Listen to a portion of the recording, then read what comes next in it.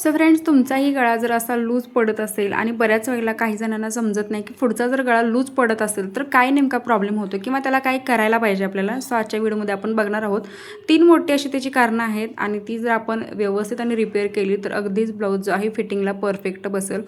सगळ्यात महत्त्वाचं जे आपलं चूक आहे तर ती ही आहे ब्लाऊजची, की आपण ब्लाऊज लूज ठेवतो. तर ब्लाऊज जर अंगामध्ये लूज असेल तर पुढचा गळा आपल्याला लूज बसू शकतो किंवा तो लूज बसतो. सो आपल्याला व्यवस्थित छातीमध्ये कमरेमध्ये व्यवस्थित फिटिंग करायचं आहे तर तो ब्लाऊज आपल्याला व्यवस्थित बसतो.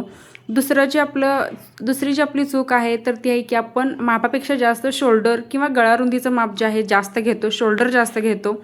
त्यामुळे सुद्धा आपला जो पुढचा गळा आहे तर तो लूज पडू शकतो.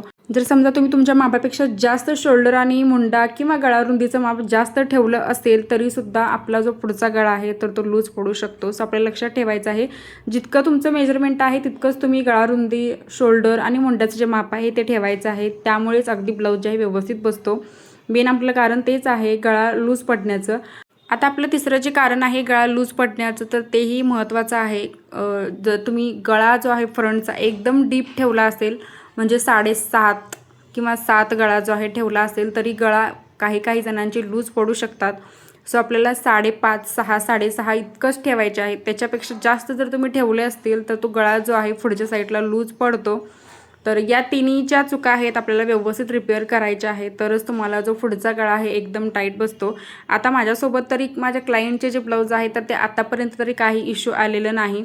बट जर तुम्हाला येत असतील तर तुम्ही या चुका ज्या तुम्ही करत असाल तर त्या रिपेअर करा. ब्लाऊज जे आहे अगदी व्यवस्थित बसतात आणि कटिंग स्टिचिंग जे आहे मी तुम्हाला दिलेलंच आहे. सो तुम्ही ते फॉलो करू शकता. आता सगळ्यात महत्त्वाचं आहे आपलं फिटिंग. ब्लाऊजमध्ये फिटिंग जर व्यवस्थित नसेल तर ब्लाऊज पूर्ण फुगा वगैरे येतो ब्लाऊजमध्ये सगळीकडे आणि गळा लूज पडण्याची शक्यता जास्त असते. दुसरं म्हणजे परफेक्ट मेजरमेंट जर तुम्ही घेतलं नसेल तरी ब्लाऊजमध्ये प्रॉब्लेम येतो. सो आपल्याला परफेक्ट मेजरमेंट घेऊनच मग ब्लाऊज जे आहे ते कटिंग करायचे आहेत. आणि तिसरं म्हणजे गळ्याची लेंथ आहे तर ती आपल्याला व्यवस्थित ठेवायची आहे. त्यामुळे आपला जो ब्लाऊज आहे व्यवस्थित आपल्याला कम्फर्टेबल वाटेल. सो या गोष्टी तुम्ही लक्षात ठेवा आणि काही डाऊट असतील तर तुम्ही मला कमेंटमध्ये विचारू शकता. आणि नेक्स्ट व्हिडिओ तुम्हाला कोणता बघायचा आहे तेही मला कमेंट करून सांगा. चॅनलवरती तुम्ही माझ्या नवीन असाल तर सबस्क्राईब नक्की करा. सोबत बेल आयकॉनलाही प्रेस करा जेणेकरून जो व्हिडिओ मी अपलोड करेल त्याची नोटिफिकेशन सगळ्यात आधी तुमच्याकडे. आणि व्हिडिओ शेवटपर्यंत बघितल्याबद्दल अगदी मनापासून धन्यवाद.